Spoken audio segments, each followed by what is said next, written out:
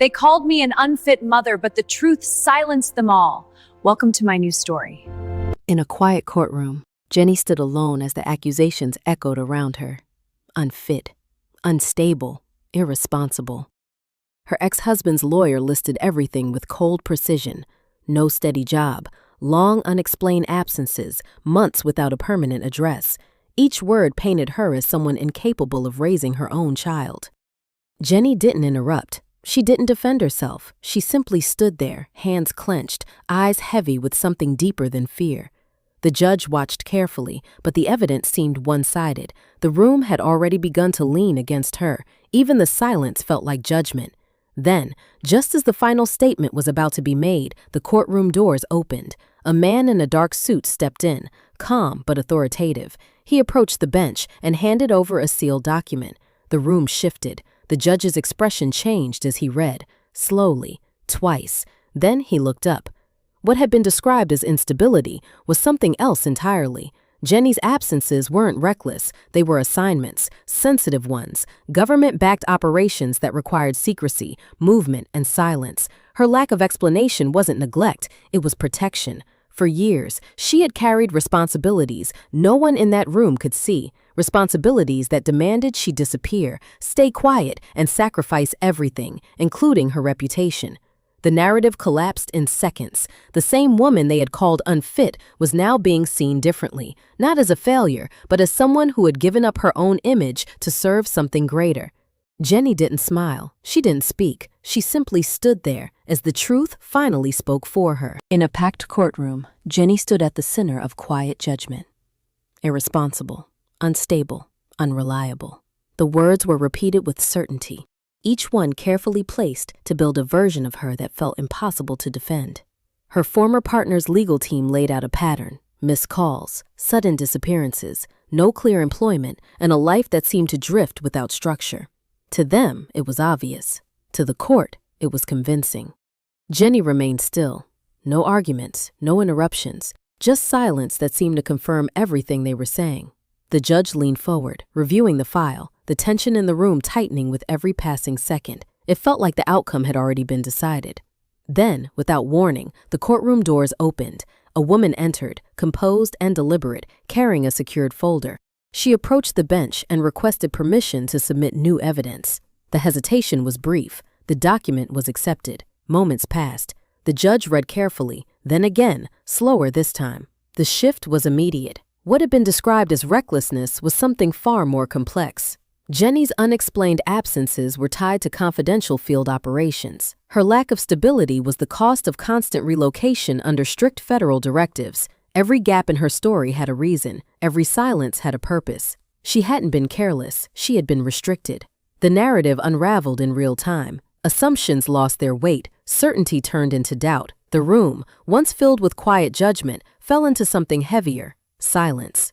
Jennie didn't react. She didn't need to. For the first time, the truth had spoken, and no one could ignore it. The courtroom felt smaller with every accusation. Jennie stood there, quiet, as her life was reduced to a list of failures. Missed meetings, unreturned calls, months without explanation. They questioned everything: her dedication, her responsibility, her right to be trusted with anything, let alone her own child. Each detail was presented with confidence, as if the conclusion had already been written. To them, her absences were proof, her silence was guilt. Jennie didn't argue. She didn't defend herself. She simply listened, her expression unreadable, her composure mistaken for weakness. The judge reviewed the records, the pattern appearing clear on paper: a life without stability, a woman without accountability. The room leaned in one direction, until the doors opened. A man stepped inside, precise and composed, carrying a secured envelope. He moved with purpose, requesting permission to submit additional documentation. There was hesitation, then approval. The envelope was opened. The judge read, then paused, then read again. The shift was immediate, subtle but undeniable. What had been labeled as failure was something else entirely. Jennie's absences were not neglect. They were assignments, classified, time-sensitive, and bound by strict confidentiality. Her silence was not avoidance, it was obligation. Every unexplained moment had been accounted for, just not in a way anyone was allowed to see. The narrative collapsed under its own weight. The same details that once condemned her now demanded understanding. The courtroom grew still. No arguments followed, no further accusations, just silence, heavy, undeniable. Jennie remained where she was, unmoved, unshaken, because the truth, once hidden, had finally been revealed, and it changed everything. The courtroom was already leaning toward a decision. Jennie stood still, her hands cold, her voice absent. A mother on the verge of losing everything. Her former partner's lawyer spoke with controlled certainty. Unstable living conditions, no consistent income, long periods of disappearance without explanation. Each point added weight, building a version of her that felt impossible to defend. To the court, it looked clear. To everyone watching, it looked final. Jennie didn't respond. She didn't try to explain the gaps, the silence, the missing pieces of her life that no document seemed to justify. Her quiet only made the picture worse. The judge reviewed the file, expression firm, as if preparing to close the case. Then, just before the final words could be spoken, the doors opened. A woman entered, composed and precise, carrying a sealed report. She approached the bench and requested permission to submit new evidence. The courtroom hesitated, then allowed it. The document was opened. Read once. Then again. Everything shifted. What had been seen as instability was something far more deliberate. Jennie's movements, her disappearances, her lack of explanation, they were not failures. They were requirements. Confidential assignments that demanded distance, silence, and sacrifice. Her life had not been disorganized, it had been controlled. Restricted. Hidden for reasons no one in that room had considered. The narrative unraveled quietly but completely. The same facts that once worked against her now demanded a different understanding. The judge leaned back, the certainty gone. The room fell into silence. Jennie didn't react. She didn't need to. Because the reality, once revealed, had rewritten her story. And nothing could undo it. The accusations came one after another. Cold, precise, unforgiving. Jennie stood at the center of it all, her name tied to every failure they could present. Irresponsible choices, unstable patterns, a life that, on paper, looked impossible to trust. She was accused. She was judged. And with every passing moment, she was being pushed closer to losing everything. Her former partner's lawyer spoke with quiet confidence, laying out a timeline filled with gaps. Days she vanished, months she couldn't explain, a career that seemed non-existent. To the court, it painted a clear picture. Someone unreliable. Someone unfit. Jennie didn't interrupt. She didn't defend herself. She stood there, absorbing every word, her silence mistaken for defeat. The judge reviewed the documents, the outcome beginning to take shape. It felt inevitable. Final. Then, just as the case edged toward its conclusion, the doors opened. A man entered, calm and deliberate, carrying a secured file. He approached the bench and requested permission to submit additional evidence.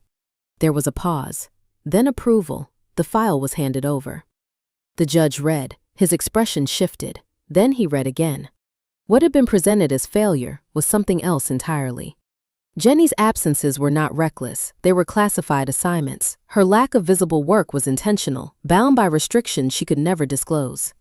Her silence had never been weakness, it had been necessity.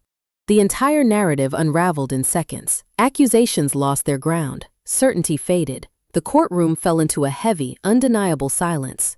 Jennie remained still. Not broken, because the truth, once hidden, had finally turned everything around. The courtroom had already formed its opinion. Jennie stood quietly as the word negligent echoed through the room. It wasn't said once. It was repeated, reinforced, proven, piece by piece. Missed school meetings, sudden relocations, no stable job, long periods of silence that no one could explain. To the court, it looked like a pattern. To them, it looked like neglect. Her former partner's lawyer spoke with calm certainty, presenting every detail as if there was no other interpretation. The file in front of the judge seemed complete, clear, final. Jennie didn't object. She didn't try to fill in the gaps. She stood there, still and composed, as if she had already accepted the outcome.